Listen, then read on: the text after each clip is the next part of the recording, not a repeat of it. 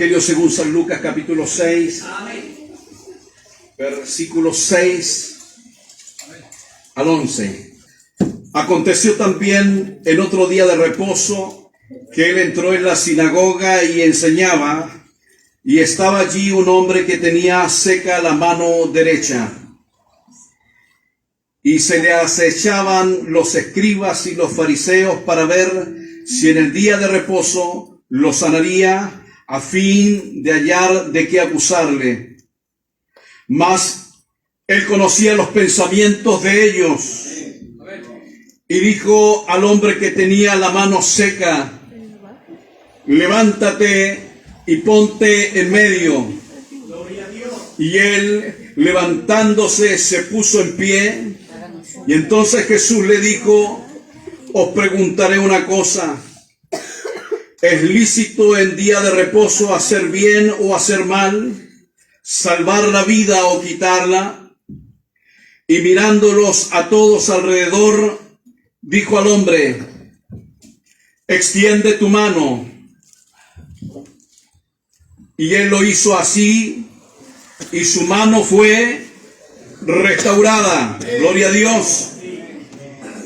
Y ellos se llenaron de furor y hablaban entre sí qué podían hacer contra Jesús. Los cronistas del Evangelio señalan que en cada ocasión en que Jesús intervino siempre ocurrió algo especial. Donde está la presencia del Señor Jesucristo, según los cronistas, siempre ocurrió algo especial. Como dice un corito, cuando Jesús pasa todo se transforma. Ocurren cosas especiales. Donde está la presencia de Dios siempre hay algo especial. Y cuando nosotros decimos desde el púlpito Dios está en medio de nosotros, estamos también proclamando que si Dios está en medio de nosotros, habrá también algo especial y que todo ocurre para gloria y honra de su nombre. En esta ocasión Jesús llega a una sinagoga y encuentra a un hombre con una mano seca. Curiosamente también los cronistas hablan de que no es esa única ocasión en que Jesús entra a una sinagoga y haya un enfermo. Dice la palabra del Señor en el libro de San Lucas, Evangelio según San Lucas, capítulo 13, versículo 10 a 17, que también Jesús entró un día de reposo en una sinagoga y se encontró con una mujer que tenía 18 años enferma, tenía un espíritu de enfermedad. Esa mujer estaba encorvada y estaba en la sinagoga. En esta ocasión, así como también lo habla el libro de San Marcos en el capítulo 3, versículo 1 al 6, dice que Jesús también allí entró a la sinagoga y se encontró con el hombre que tenía una mano seca. San Lucas en el capítulo 6, versículo 6 dice que este hombre tenía la mano derecha seca. Ahora, lo que ocurre ahí es algo sorprendente. Como en cada uno de los hechos en que apareció Jesús, ocurrió algo sorprendente. Gloria a Dios. Lo que hizo Jesús contigo es algo sorprendente. Lo que hizo el Señor con nosotros es algo sorprendente. Lo que nuestra hermana compartía con nosotros es un hecho histórico, pero ahí está la presencia de Dios. Es algo sorprendente. Yo quisiera el día de hoy hablar precisamente de este hombre de la mano seca. Clínicamente se podría decir que esta es una parálisis del nervio radial de un hombre, y eso produjo una atrofia muscular en su mano. Esa mano no tenía vida, estaba seca. Era una mano inutilizable. Era un hombre que estaba limitado. Era un hombre que no podía realizar cualquier función, cualquier labor. Imagínense en aquellos tiempos donde no existía una pensión por invalidez, donde todas las personas tenían que valerse por lo que podían hacer. Ahí tenemos una infinidad de ejemplos de cómo la gente buscaba sustento a través de la limosna. Bueno, ese hombre estaba en esa sinagoga, y ese día glorioso Jesús entró a la sinagoga. Nada ocurre por casualidad. Ese hombre de la mano seca no tenía conocimiento de lo que iba a pasar, pero Jesús fue a la sinagoga porque todo lo que hace el Señor tiene propósito. Ese día Jesús tenía que encontrarse con ese hombre de la mano seca. Gloria a Dios. Ahora, no es menor lo que está ocurriendo ahí. También dice que llegaron unos fariseos para ver y le acechaban cómo poder acusarle al Señor, y es que si ese día de reposo en que Jesús entró a la sinagoga le sanaría ese hombre, entonces tendrían una razón para acusarle. Una mala interpretación de la Escritura, una mala interpretación de la ley, hermanos, que estaba en el corazón de estos hombres enceguecidos, los llevaron a no reconocer al Hijo de Dios, al Mesías mismo. Y ahí está Jesús en medio de ellos, en la sinagoga. El propósito del Señor es estar ahí y encontrarse con ese hombre de la mano seca. Las manos son parte del cuerpo y simbólicamente representan el todo, el quehacer, lo que hicimos, lo que estamos haciendo y lo que vamos a hacer. En el hebreo significa yad, esto significa mano. Tiene también un sentido metafórico. Todo lo que es la mano, todo lo que son las manos tienen que ver con el poder, con la fortaleza, con el vigor, la fuerza. Se utiliza también para representar la condición, una mano seca, una condición de falta de bendición, de provisión o de poder divino. Déjeme decirle a usted que en este tiempo de pandemia,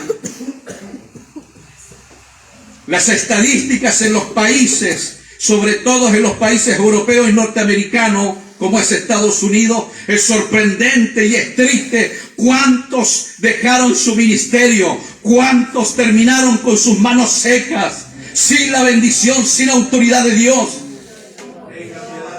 El diablo se valió de todo esto y embargó también sus mentes y sus conciencias de muchos siervos que predicaron la palabra, pero que sin embargo, en medio de toda esta pandemia, el diablo los convenció de que era imposible seguir y se fueron secando, y esas manos que tenían vigor antes de la pandemia terminaron prácticamente secándose, sin bendición de Dios, sin autoridad, sin vigor, sin fortaleza y sin esperanza. En una ocasión nos sorprendió saber que iban más de 300 iglesias cerradas, más de 300 pastores que dejaron de predicar el evangelio, que dejaron de ministrar las almas, porque se dejaron embaucar y estaban ahí también, tal y como este hombre en la sinagoga. Si bien este hombre tenía una enfermedad física, pero simbólicamente, amados hermanos, era un hombre limitado. Y muchos en la pandemia terminaron siendo prácticamente limitados, sin esperanza, sin vigor. Y lo primero que se les vino a las mentes, que no eran capaces de seguir. Y estaban en medio de la sinagoga, participaban en medio de los santos, predicaban la palabra, ministraban los santos, pero que sin embargo terminaron con sus manos, con la yad, prácticamente secos. Bendito sea el nombre del Señor. Amén. Gloria a Dios.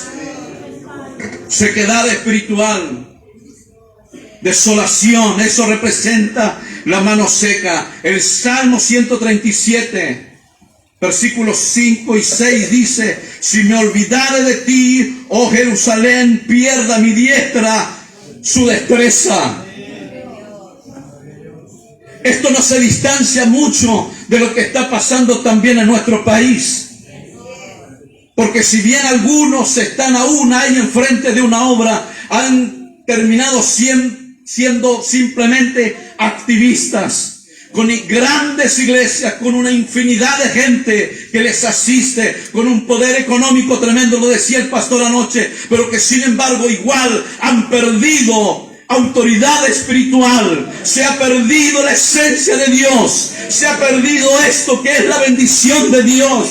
Se llega a la iglesia y se regresa igual. Se predica la palabra y se regresa igual. El hombre no se compunge ya con la predicación de púlpito. No hay arrepentimiento. ¿Y qué es lo que está pasando? El problema no es Dios, no es la palabra. El problema es el hombre. El problema es el hombre. El problema es que se están secando las manos. Que no haya bendición de Dios sobre nosotros. Esto tiene que, amados, llamarnos la atención. Gloria a Dios. Gloria a Dios.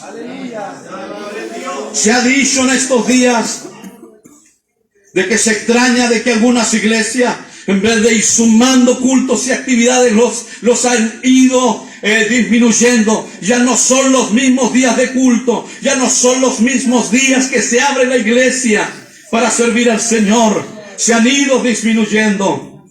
Creo que necesitamos en este tiempo volver a entender, amados hermanos, que hay tanta necesidad afuera que no son los tiempos como para cerrar nuestras iglesias. Hay que volver a abrir nuestras iglesias. Ya no está la excusa de la pandemia. O si no, amados hermanos, nos vamos a enfrentar a esto. Que los siervos de Dios, los que ministran la palabra, los que llevan un rema de Dios, se terminarán secando tal y como estaba la mano de este hombre seca. ¿Por qué se atrofia la mano? ¿Por qué se atrofia lo que hacemos? ¿Por qué se atrofia lo que hacemos? ¿Por qué se han ido atrofiando nuestras manos? Voy a dar algunos ejemplos nada más. Primero, por la incredulidad. Porque hoy todo se cuestiona. Todo se cuestiona. Gloria a Dios. Se puede estar predicando en el púlpito, pero que sin embargo alguien que maneja un poquito más de teología está cuestionando lo que el pastor predica. Se puede estar en una reunión y el Señor manifiesta su gloria y se está cuestionando lo que se está haciendo. En vez de darnos el tiempo de poder enseñar, de poder ministrar. Pero sin embargo es más fácil cerrarnos a la idea de que lo que está pasando es digno de cuestionamiento.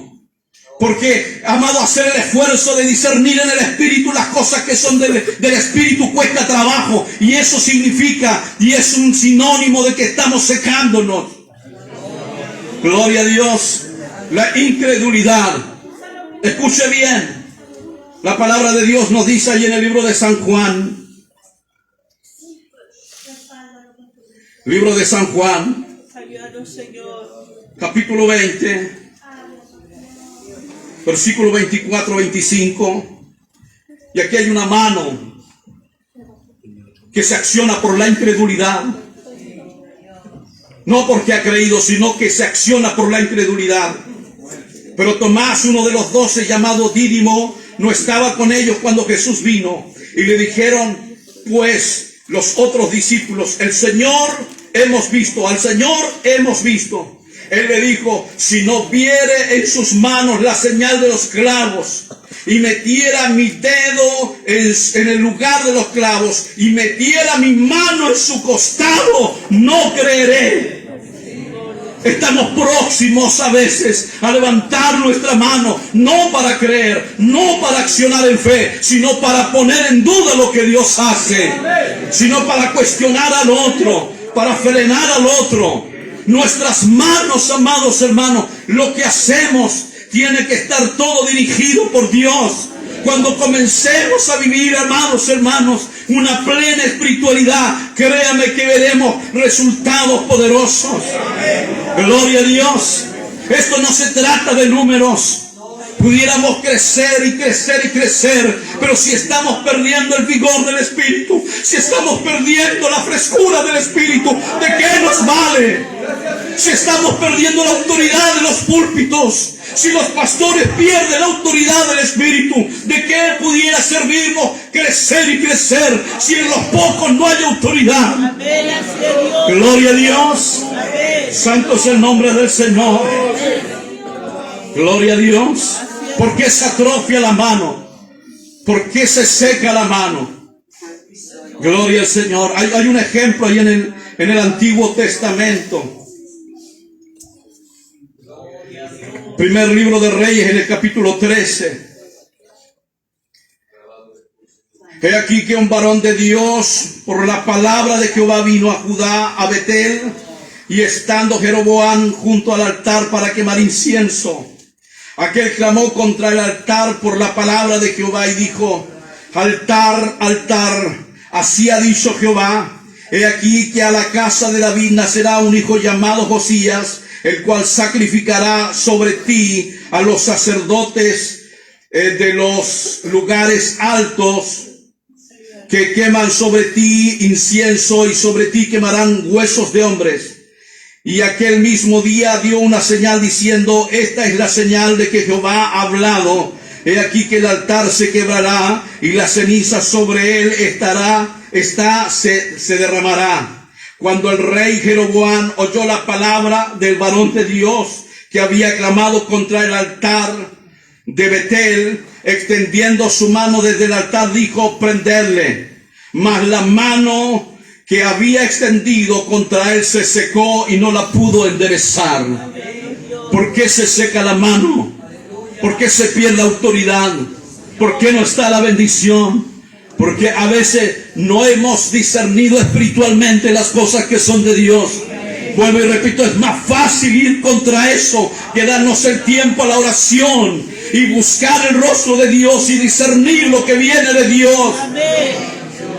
Gloria al Señor. Y es por esto mismo, amado, que se han secado las manos, ya no autoridad, porque a veces ocurre que en nuestros mismos púlpitos se predica doctrina falsa y doctrina de demonio, porque no hemos tenido el tiempo para orar y buscar, para escudriñar la Escritura, para inquirir su palabra y poder entender, amados, que esto no es, amados, con arma cualquiera, esto es con el Espíritu de Dios.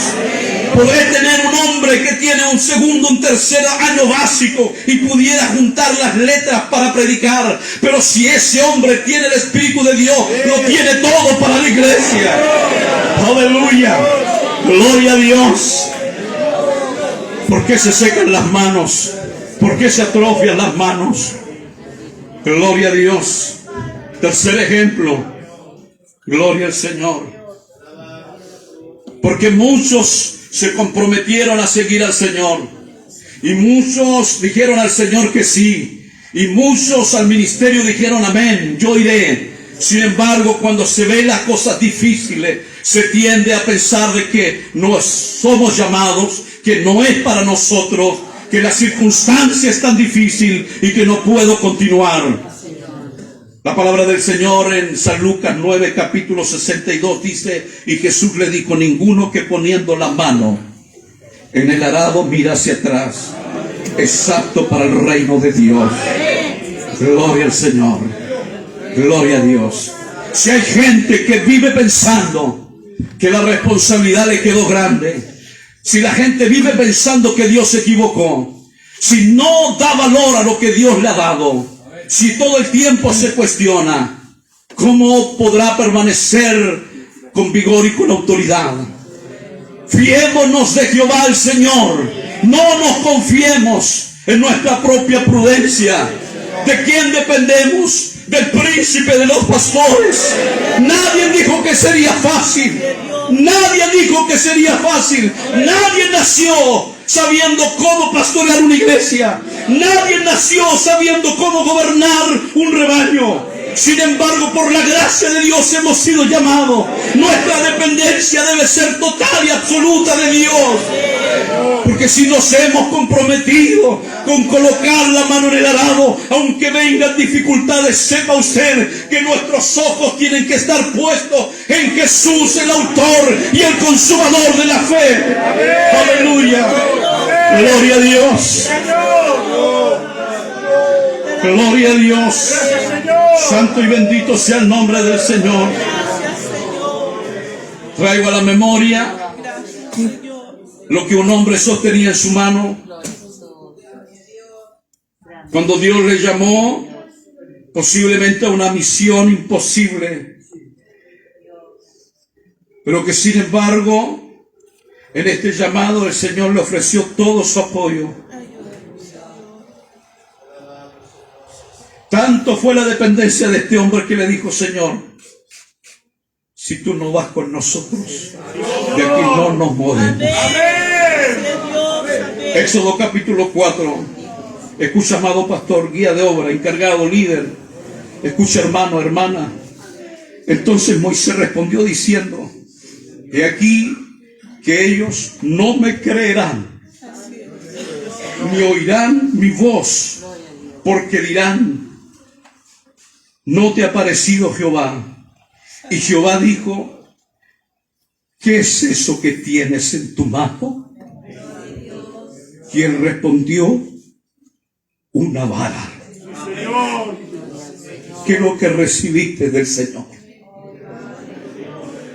¿Sabe lo que hizo el Señor ese día en la sinagoga? Cuando se encontró con ese hombre, le dijo: ponte en pie y ponte en medio. Ponte en medio. Gloria a Dios. Ponte en medio. Toda la existencia terrenal ronda en torno a Jesús, al creador de todas las cosas. El Señor le dijo: ven, ponte en medio. Extiende tu mano. ¿Qué te puso el Señor en tu mano, siervo? ¿Qué puso el Señor en tu mano? Alguno podrá pensar y decir: es que han pasado tantas cosas, he perdido valor, autoridad, no tengo bendición. Pero el Señor ha venido a restaurarte. Si el Señor no te ha traído tan solo a escuchar la lectura de un acta, a escuchar el informe del presidente, a escuchar el informe de tesorería, el Señor te ha traído para algo más, y es más importante que todo: a restaurar las manos, a darle vigor a nuestras manos, a volver y traer verdor a nuestro ministerio, a traer vigor a nuestros ministerios. No podemos volver como hemos venido. Tenemos que volver a casa en victoria. Tenemos que volver a casa con otro pensamiento. Que si tú has venido hoy y te has sentido que tu ministerio está marchito, que en vez de ir avanzando estás retrocediendo, que has perdido autoridad hasta cuando tienes que predicar a tu iglesia, sepas tú que has venido para ser restaurado. Aleluya, gloria a Dios. Hebreos capítulo 12, versículo 12. Por lo cual, levantad las manos caídas. Levantad las manos caídas. Gloria a Dios. Levantar las manos caídas para decirle, como dijo el salmista en el Salmo 90, versículo 17: y la obra de nuestras manos confirma sobre nosotros. Sí, la obra de nuestras manos confirma. Colóquese en pie, por favor. Gloria a Dios. Gloria a Dios.